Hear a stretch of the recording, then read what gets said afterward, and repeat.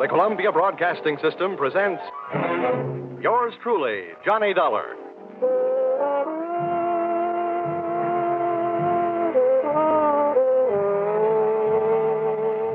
The next half hour has its baggage packed to take a trip with America's fabulous freelance insurance investigator, Johnny Dollar.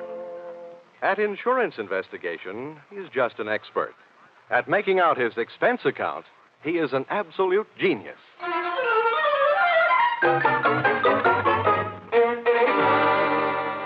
Expense account submitted by Special Investigator Johnny Dollar to Home Office, Honesty Life Insurance Underwriters, Terminal Building, Hartford, Connecticut. Attention, Austin Farnsworth, General Manager. The following is an accounting of my expenditures in the investigation of policyholder Milford Brooks III for your company. Expense account item 1, 75 cents. Cab fare to your office in answer to your original hurry call. Tip to driver, $1. Expense account item 2, 25 cents. Shoe shine.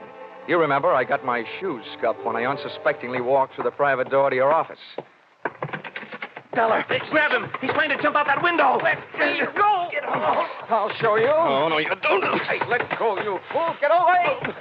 Had a nice try, sonny boy. Now pay attention to teacher. No. Class dismissed. Well, Mr. Farnsworth, why didn't you tell me what you had waiting for me? I'd have worn my boxing gloves. Dollar, this was all a complete surprise to me. Well, just in case your little chum on the floor there wakes up in a hurry, I think I'll close the window. Now. My goodness, Dollar, what are you doing? I'm sitting on his head. I don't care if this guy tries killing himself again. I just don't want him to try and kill me. After all, we haven't even been introduced. Dollar, that happens to be one of our largest policyholders. His life is insured with this company in the amount of $2 million. Oh, now I can see why you're so anxious to keep him from putting a dent in the sidewalk. Precisely. He'd also put quite a dent in your company's bank account. By the way, Dollar, aren't you in danger of smothering the boy sitting on his head that way? Maybe. Now, tell me, what's this guy's name, and what's his story? That, sir, is Milford Brooks III. As I said, we have him insured for $2 million. His mother and father left him with a paid-up policy for the sole purpose of enabling his heirs to pay the inheritance taxes on his estate when he dies. Unfortunately, due to the kind of life he's been leading, Brooks not only hasn't any heirs, he hasn't any money. He blew all his cash? That's right. Now he's trying to get some out of us by threatening to kill himself. And that policy pays off on suicide. In a mortuary, he'd be a millionaire, huh? Please, Dollar. Sorry, go on. 1/2 hour ago, Milford walked into this office and changed the beneficiary in his policy. When that was done, he proceeded to demand, not request, mind you, $500,000 in cash. Oh, well, say, that's quite a touch. When I explained to him that there was no loan provision in his insurance policy, he threatened suicide. He said I could either give him the $500,000 cash or pay off the $2 million on his policy. So all you have to do is to keep him alive. And he's managed to make that no small problem. The man he named as his new beneficiary, just before he made his demand for the cash, is, well, it's downright frightening. Why? Who is it? One of the most notorious gamblers in the East. His name is Hatcher. Harold Hatcher. Oh. You know him? Yeah. Say, that kid's been a post office pinup boy for a lot of years. Well, there's the situation, Dollar. I'm engaging you to protect Milford Brooks' future. Yeah, what there is of it. The way this lad operates, you think he had but 2 lives to give for his country. He's not only set himself up to get knocked off by somebody else, he's just dying to do the job himself. Well, it just means that you'll have to work twice as hard. Oh, it also means something else. What's that? That you'll have to pay me twice as much money. Oh, you'll get your money. The situation demands sacrifice, I'm afraid. But protect the boy, Dollar. Give him something to live for, an interest in life. An interest in life, huh? Let's see. I know. Here, this should help. What's that you've got there? It's what's commonly referred to in the more successful bachelor circles as my little black book. Now, let's see. Ruby? No, her favorite expression is drop dead. Bernadine? No, she'd be the new beneficiary by midnight. Oh, here's one. Here. Butter. Butter? Hey, Farnsworth, would you mind passing me that phone, the one with the long cord? No, not at all. My little friend here is showing signs of life. Here you are. Maybe you should let him breathe a bit more. Don't worry. He'll be all right. Hello? Hello, I want to call New York. Person to person. Miss Theodora Butts. Yeah, that's right. And you'll get her at Hudson 24292. Dollar, You're not thinking of taking this boy to New York, are you? Well, I'm going there myself, and you want me to keep an eye on him, don't you? Don't fret, Farnsworth. All is not lost. You do worry me sitting on his head that way. Hello? Hello, Butter? Butter, this is Johnny Dollar. I'll be in town tonight. I want to see you. Look, here's what I want you to do. Yes, this is all right to say over the telephone. I want you to reserve a table at the hatchery in my name for 10 o'clock tonight. Will you do that? Okay, I'll see you in a few hours. Huh? But I can't make it any earlier. I'm sitting up on a sick friend. Okay, goodbye. I'm not sure that I agree with your methods. Oh! What's the matter, Dollar? Did he hit you? Hit me? No, he bit me.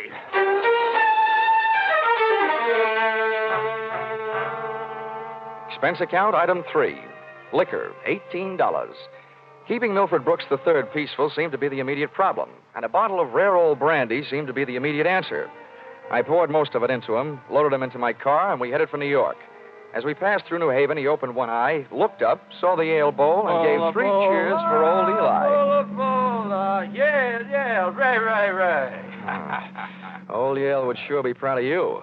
Why anybody would want to insure you for $2 million is more than I can figure. Yeah, well, my daddy loved me very much, and my mother loved me very much.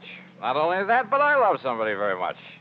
And not only that, but I hate somebody very much. Hey, you want to know something? Huh? Next to one other guy, I hate you most of anybody else. Here, lover boy, it's cocktail hour again. Time for your bottle.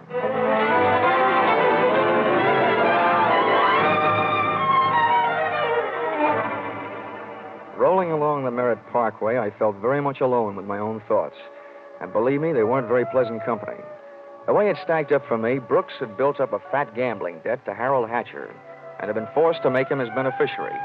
The suicide threat that he was holding over Honesty Insurance Company was a little tougher to figure, unless he was trying to finance a trip for himself to get away from the man with a custom-tailored murder motive, Hatcher. My hungry little mind nibbled away on those unsavory morsels of food for thought all the way to Butter's apartment.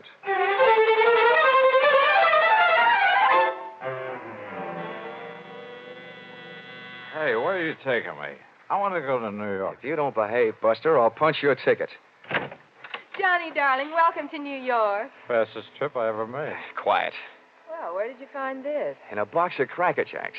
Come on, let me in. Oh, I don't know about you, Johnny. Some men bring me flowers and some bring me candy.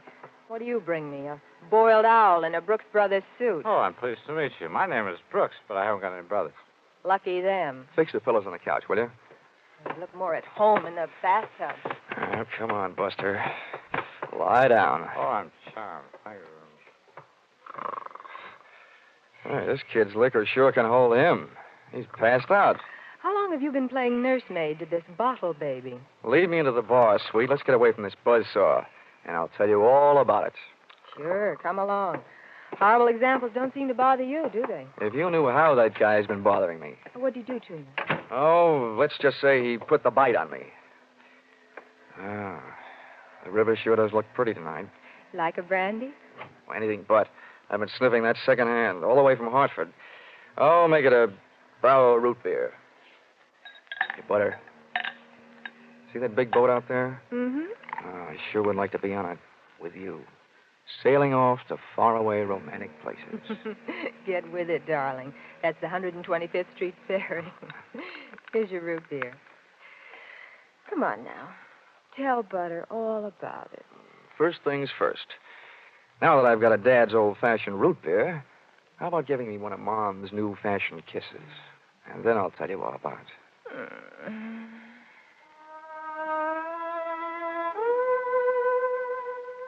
A few seconds later, I proceeded to tell her all about it, and it wasn't easy.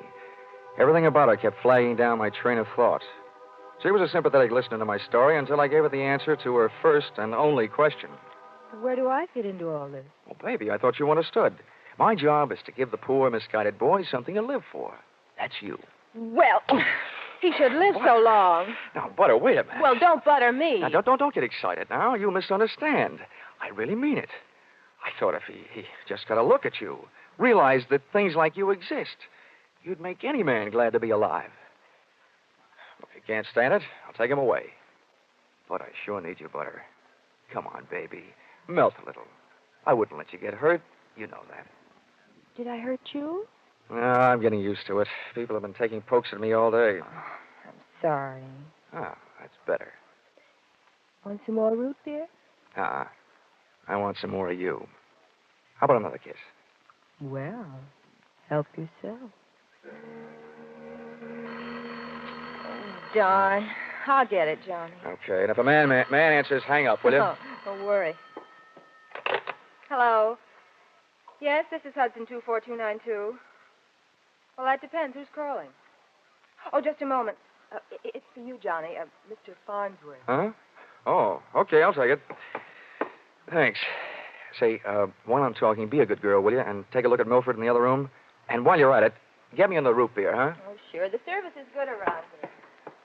Hello, Farnsworth. Yes, Dollar, I'm glad I got you. How'd you get this number? It's the one you called from my office. I remembered it. I have a photographic mind. I hope you haven't got a picture of what I'm thinking. What do you want? I want to know how Milford is. I mean, is he still alive? Of course he's alive. Good, good. Do you suppose I could talk to him? I mean, do you think he'll talk to me? Well, the last time I saw him, he was sound asleep. I'll take a look. Hold the phone. Oh, Butter. Oh, Butter. Hey, Butter. Hello, Farnsworth. Yes, yes. Do you have any aspirin there at your house? Why, of course, Dollar. Why? Well, you better take a handful. Milford Brooks III just took a powder. I'll call you back. You let anything happen to him, and you'll need the aspirin. I've already got a headache. When Milford left, he took my girl with him.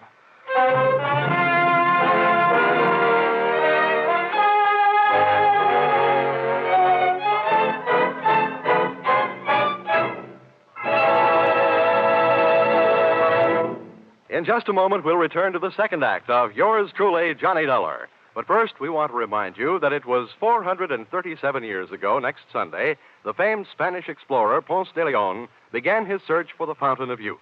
By sheer coincidence, the man who's still looking for it, Jack Benny, will be heard on CBS next Sunday at 7 o'clock Eastern Time.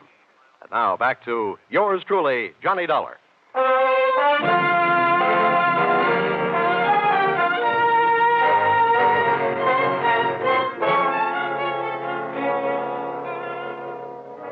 Well, nobody could say I wasn't working fast. I'd only been in town for an hour, and I had already succeeded in not only losing your $2 million baby, Milford Brooks III, Mr. Farnsworth, but in losing my $1 million baby, Theodora Butts. I tried to put myself in Milford Brooks' $40 shoes, but they wouldn't fit. You can't outthink a maniac. The best I could do was figure either that he was on his way to commit suicide, or that Harold Hatcher, the man who now stood to collect $2 million in the event of Milford's death, had snatched him out of Butter's apartment. With birds of that type flocking together, Butter stood a good chance of being a dead duck. I spent an hour unsuccessfully shaking down the neighborhood for them. I questioned cab drivers, harness bulls, bartenders. Then I decided to ask for help from higher up.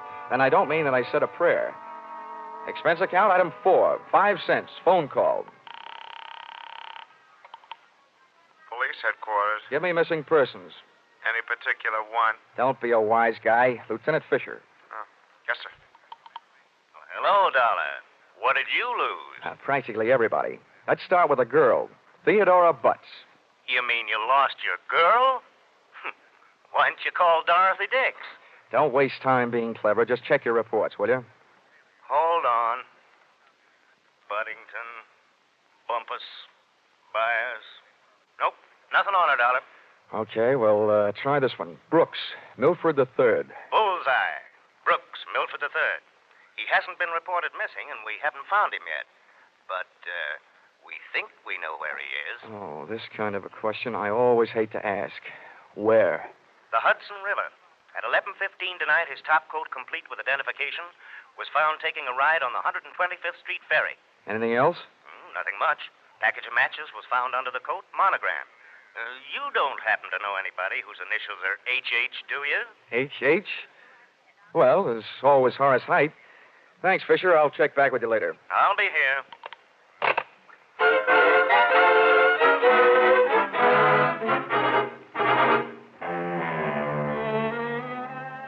Expense account, item 5. Nightclubs, $28. Harold Hatcher's hatchery was in a cellar under a hotel, but the prices were high enough to rate a penthouse. The club was draped in too much satin, its lady customers in too little. The decor was French provincial, music Brazilian, and the food was nowhere. The drinks looked weak and the waiters looked strong. All in all, the joint was a sight for sore eyes, for making them sore. The only pretty thing in the place was a blonde. She came strolling up to my table, her hips unconsciously sending subtle little messages back to the rumba band.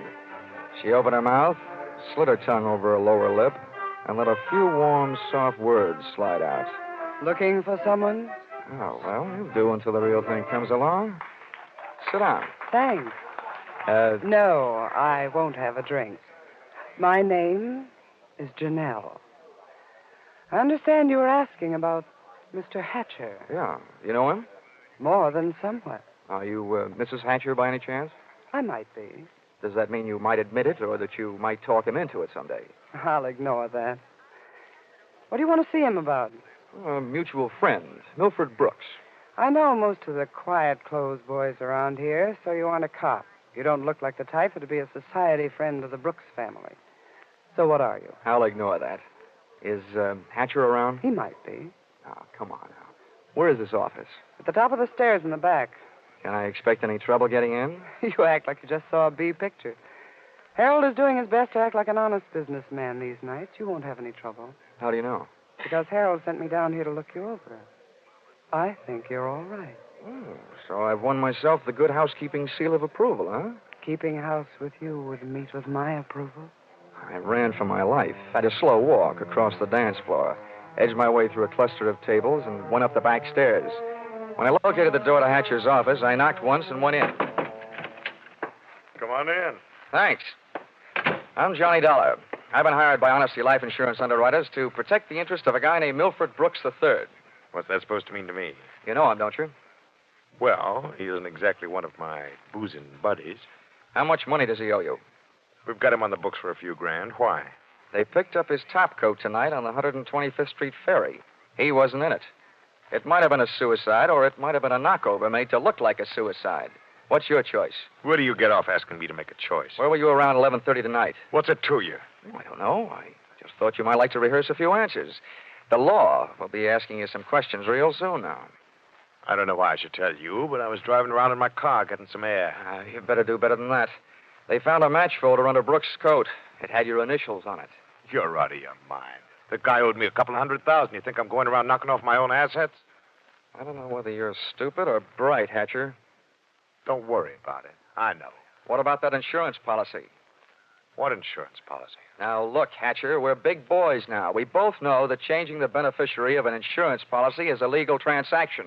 That means witnesses. That means it isn't secret. You mind telling me what you're trying to say? That you and the Honesty Insurance Company and I all know that Brooks made you the beneficiary in his policy and that you stand to come into $2 million when they fish out his body.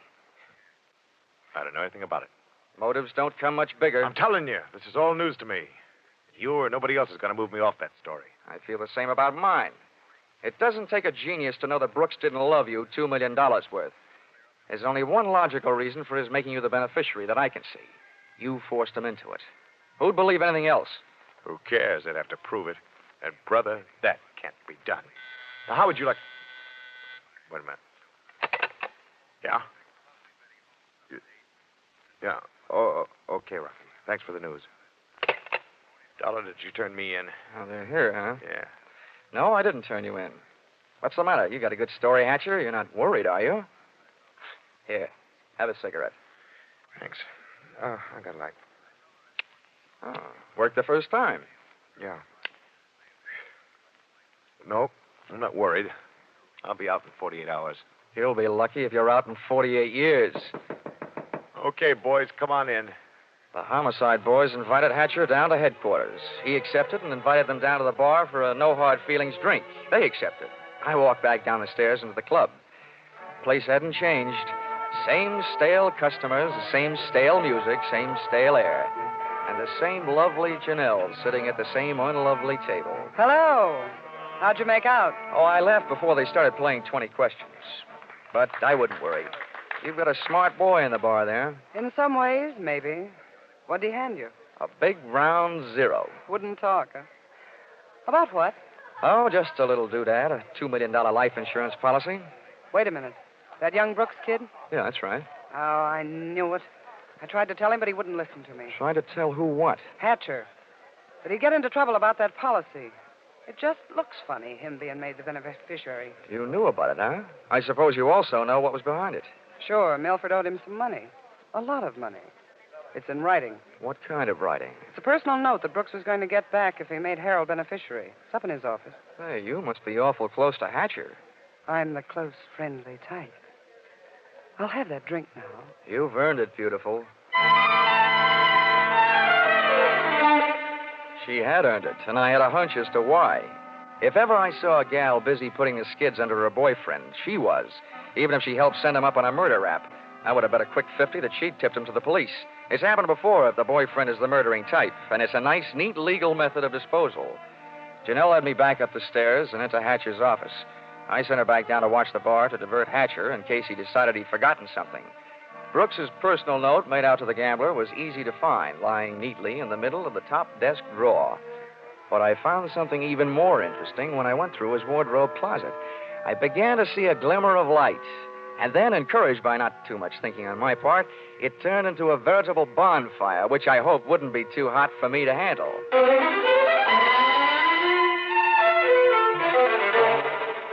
Did you find everything? Honey, if I were a judge, I'd be ready to sentence the guilty party. Good. Oh, waiter, the check. Where are you going? To the police? Bright girl. I'll see you later.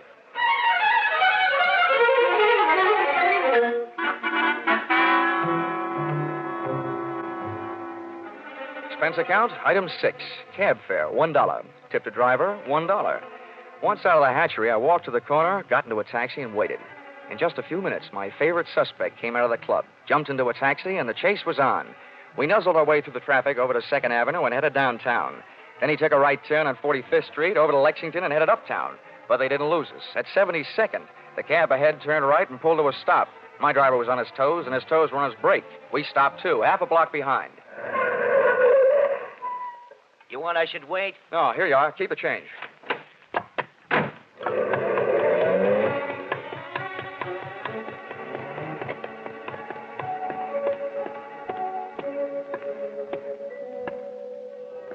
It was a garage that belonged to a residence on the parallel street a block away. I made out a for sale sign on one of the big doors.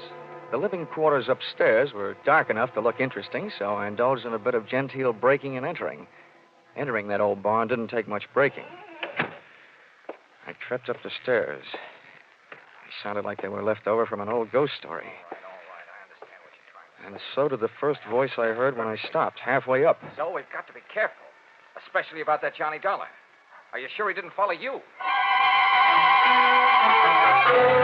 That voice sounded awful dry to be coming from a guy who supposedly had spent most of the night snoozing on the bottom of the Hudson River. It was Milford Brooks III.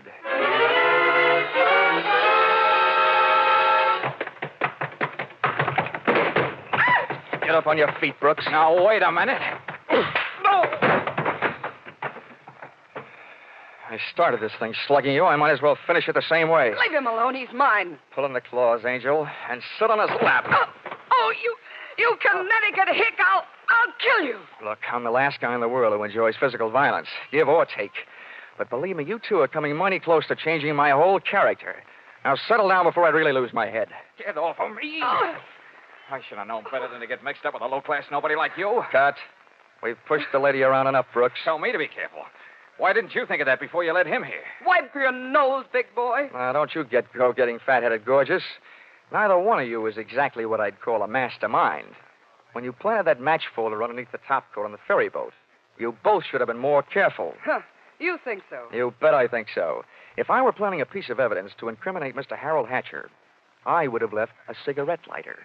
I found one in the pocket of every suit he owns, back there in his closet in the club. It wasn't hard to figure out that guy never carries a book of matches. What do you want? I'm only interested in one thing, saving the insurance company $2 million. And, Buster, I think you've done it for me. Wait, look, Dollar. This is insurance fraud. It has been ever since you put on that fake suicide attempt, trying to extort $500,000 out of the company for you and Janelle. Wait a minute, Dollar. So much for the company. Now, something a little more personal and a little more serious. Where is my girl? Well, she's all right, Dollar. I couldn't help it. I had to get out of that apartment. She caught me leaving. I had to take her with me. Where is she? Well, I didn't mean to hurt her. I was afraid she'd yell. Why, you miserable... I'll tell you where she is, Dollar. I put her in a cab and sent her to the emergency hospital. Get up. Oh, no. No, Dollar, please. I'm let me going to give you the explain. beating Wait a yell. minute, Dollar. Harold. Hatcher. You had your fun, Dollar. Now I want mine. How did you get here? New York City, world's most efficient police force, remember? When they think maybe a guy's jumped off a ferry boat and nobody's seen him do it, they check the turnstile counters at each end. In the case of Brooks here, as many people got off that boat as got on. Yeah, that makes sense. They'd hardly hold a guy for murder just because somebody else lost a topcoat. How'd you know we were here? You know me, Janelle. You never go any place that I don't know about. Okay, Brooks, you felt like explaining. Now I feel like listening. Get it up. I don't know what you mean. I know what you mean, Hatcher. One, he gave you a big, fat $2 million motive for murder. And two, he did his best to make it look like you did murder him with that broken-down match cover plan on the ferry boat. Why? Well, they wanted to get rid of you and live happily ever after. The big mistake they made was in trying to shake the insurance company down for some ready cash. And you, baby. Harold, You please. put him up to it, didn't you, you cheap little muscler? No, Harold! Calm down, Hatcher. You don't need a gun around here. They're tame. You don't know me very well, Dollar. I'm going to teach all of you amateurs a lesson. How these things are really done. Come on, Brooks. No, Hatcher. You can have everything I've got. For a second, it looked like Hatcher was going to take everything. But I hadn't gone that far to see Brooks knocked off with me as a witness. Hey, maybe I wasn't going to be a witness. Maybe I was going to be a victim, too. When that thought hit me, that's when I flew across the room and hit Hatcher in a do-or-die flying tackle from behind. Oh. Hatcher went down shooting. I went down kicking, and a lucky boot knocked the gun out of his hand. I beat him to it and swung it straight into his skull. Half the people in the room were lying there bleeding. Brooks from a gunshot, Hatcher from the gun butt.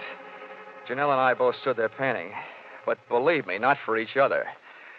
We stood that way until the police arrived.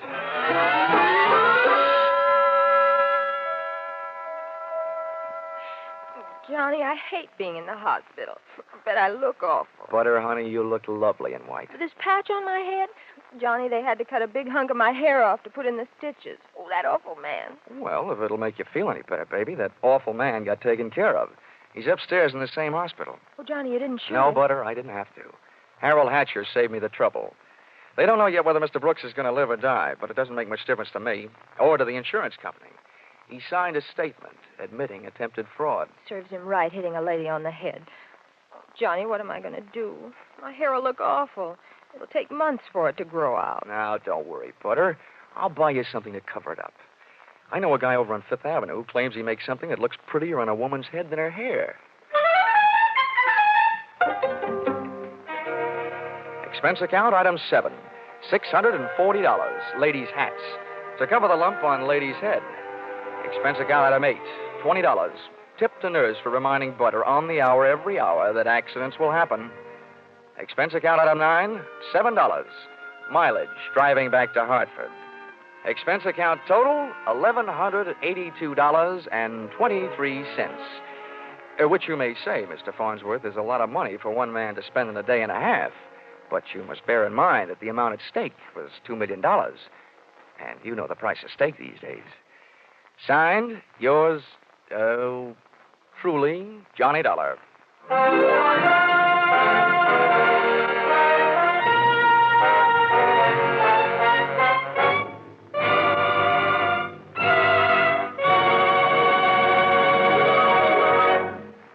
Listen in again next week when CBS brings you yours truly, Johnny Dollar, with Charles Russell as Johnny.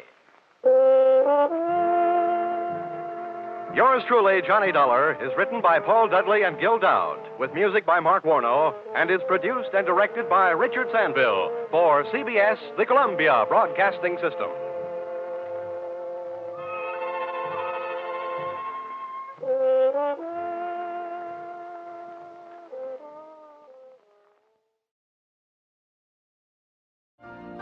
You've been listening to the OTR Gold Network.